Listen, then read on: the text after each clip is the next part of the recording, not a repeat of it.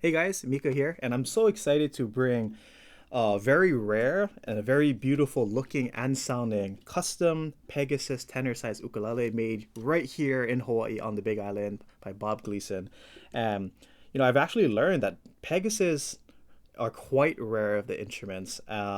Whenever one goes for sale, it's just bam gone. So I'm so glad that I get to hold one, give a talk about it, explain the specs, do a sound sample for you guys. And I think I've been recording sound samples for I think 4 to 5 years now, and I think this might be number three or four that I've come across. It's just that rare. So it's one of those rare opportunities where like it pops up. Here you go.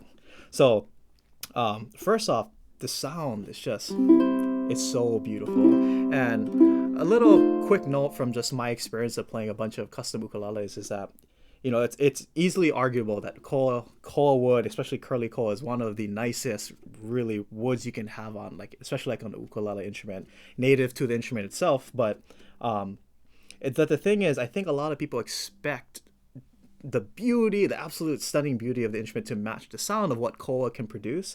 And at the end of the day, the koa cannot produce the sounds that we would love for it to come from, like what cedar can produce, what spruce can produce, what ebony or rosewood or ebony.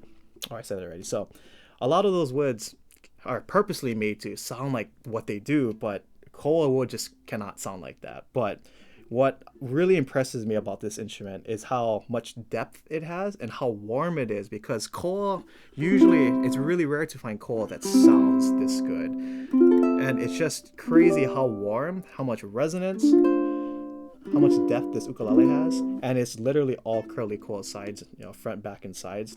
And when I strum this like F major 7 chord, there's just so much depth and warmth, and it really blows me away because again, it's really hard to find a koa instrument that has this much awesome sound. So this is an incredible instrument, and in a way I'm not surprised because it's backed up by Bob Gleason's incredible resume of building instruments for over 50 years. He has a lot of experience bringing to the table, and I've actually learned that he's one of the earliest custom ukulele builders here out of Hawaii.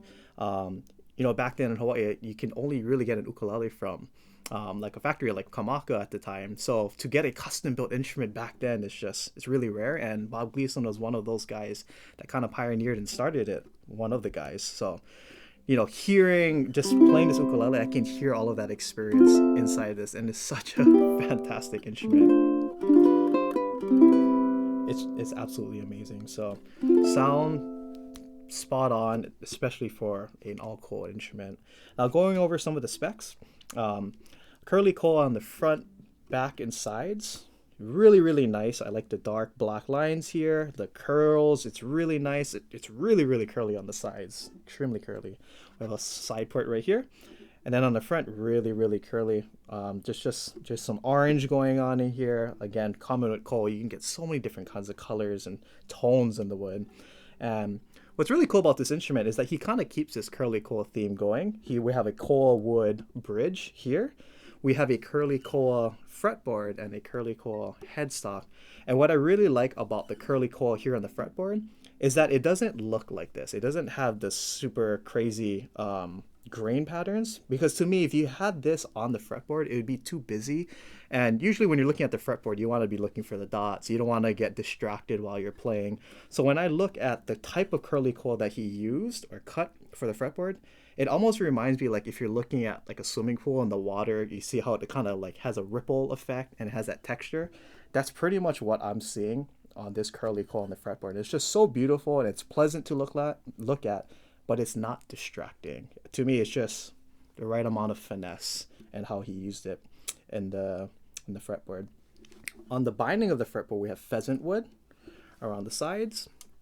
We have Hawaiian Spanish cedar neck right here, gloss finish. This is a gloss finished instrument. We have also curly koa binding around the tops and the sides, or top and the back right here. And then we also have a nice recon stone rosette with almost like a gold color and a white colored recon stone, accented with the black and red purfling around the instrument here, around the rosette, on the sides, and even on the back. And I also learned that Pegasus is known for having this little abalone strip on the heel of the neck, and also here on the bridge. So a lot of little details that goes into this instrument, and even this bird inlay right here. Not only do you have all the dots, fret dots, but you have this bird inlay on the 3rd fret, which for me, it's kind of interesting because I'm used to seeing kind of like a symbol or some kind of abalone watermark, usually around the middle of the fretboard, like around the 12th fret, maybe around the 15th fret, sometimes around the 7th. So it's pretty cool to see it up here on the 3rd fret. It's not really found commonly on ukuleles. Then we have the Scholar Grand Tuners, koa buttons, and then his Pegasus mark.